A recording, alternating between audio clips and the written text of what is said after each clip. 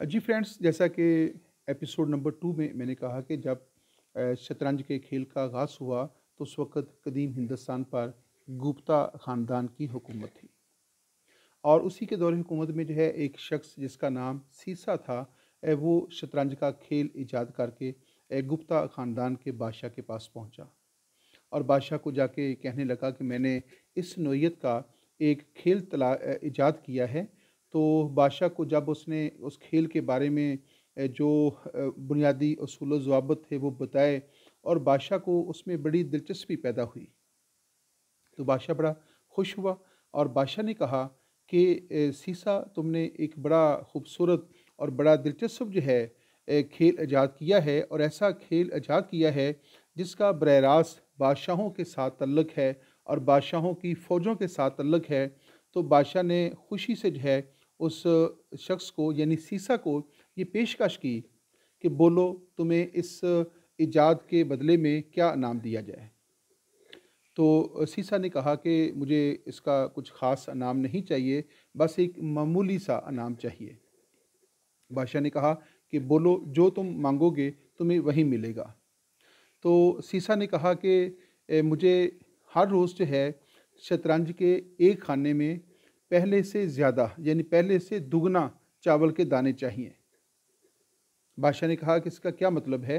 तो सीसा ने बादशाह को समझाते हुए कहा कि पहले दिन जो है शतरंज के जो टोटल 64 खाने हैं, तो पहले दिन एक खाने के अंदर जो है आप चावल का एक दाना मुझे अनायत फरमाएँगे।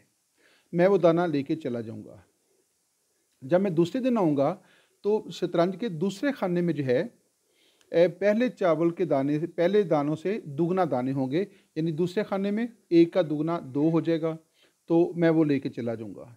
और तीसरे खाने में 2 का दुगना हो जाएगा, यानी 4 दाने हो जाएंगे। तो इस तरह जो है हर रोज़ जो है मुझे पहले दानों से दुगना दाने जो हैं वो चावल के जो दाने हैं वो अगले खाने में जो है वो मुझे हर रोज़ चाहिए। बादशाह ने एक ज़ोरदार कहका लगाया और बादशाह ने कहा कि तुम कितने बेवकूफ़ हो, इतना तुमने दिलचस्प, इतना खूबसूरत जो है वो आप एक खेल ईजाद किया है और तुम उसके बदले में इंतहाई हकीर और इंतहाई मामूली जो है वो इनाम मांग रहे हो। तो सीसा ने कहा कि मुझे इसके अलावा कुछ नहीं चाहिए। फिर कहते हैं कि जब बादशाह जो है ये सिलसिला शुरू हुआ कि गुप्ता सीसा हर रोज़ आता और चावल के दाने जो हैं जो उसने तादाद मुकर्रर की हुई थी वो लेके चला जाता। और फिर कुछ अरसे के बाद जो है बादशाह के लिए उसको कैलकुलेट करना इंतहाई मुश्किल हो गया। बादशाह ने अपने दौर के जो रियाज़ीदान थे उनको बुलाया और उन्हें कहा कि ये जो सीसा ने मेरे लिए एक मसला खड़ा कर दिया है, इसका कोई हल तलाश किया जाए। और उस दौर के जो रियाज़ीदान थे वो भी जवाब दे गए। अगर आपको इसके बारे में कोई आसानी लग रही है तो आप अपना कैलकुलेटर निकालें और कैलकुलेटर के ऊपर जो है उसको ज़रा हिसाब किताब करना शुरू कर दें। आपका जो कैलकुलेटर है वो जवाब दे जाएगा। जितने फिगर्स में इसका जवाब आता है, अभी तक इस नोयत का कोई भी कैलकुलेटर जो है वो ईजाद नहीं हुआ। देखने में ये एक मामूली सा मामला लगता है, लेकिन ये इंतहाई मुश्किल है और इंतहाई जो है वो एक ना हल होने वाला जो है एक मसला है।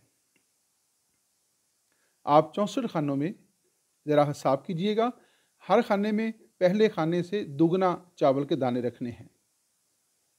तो फिर बताइएगा कि आपका जो कैलकुलेटर है या आपका जो हिसाब किताब है वो कहाँ तक पहुँचा है।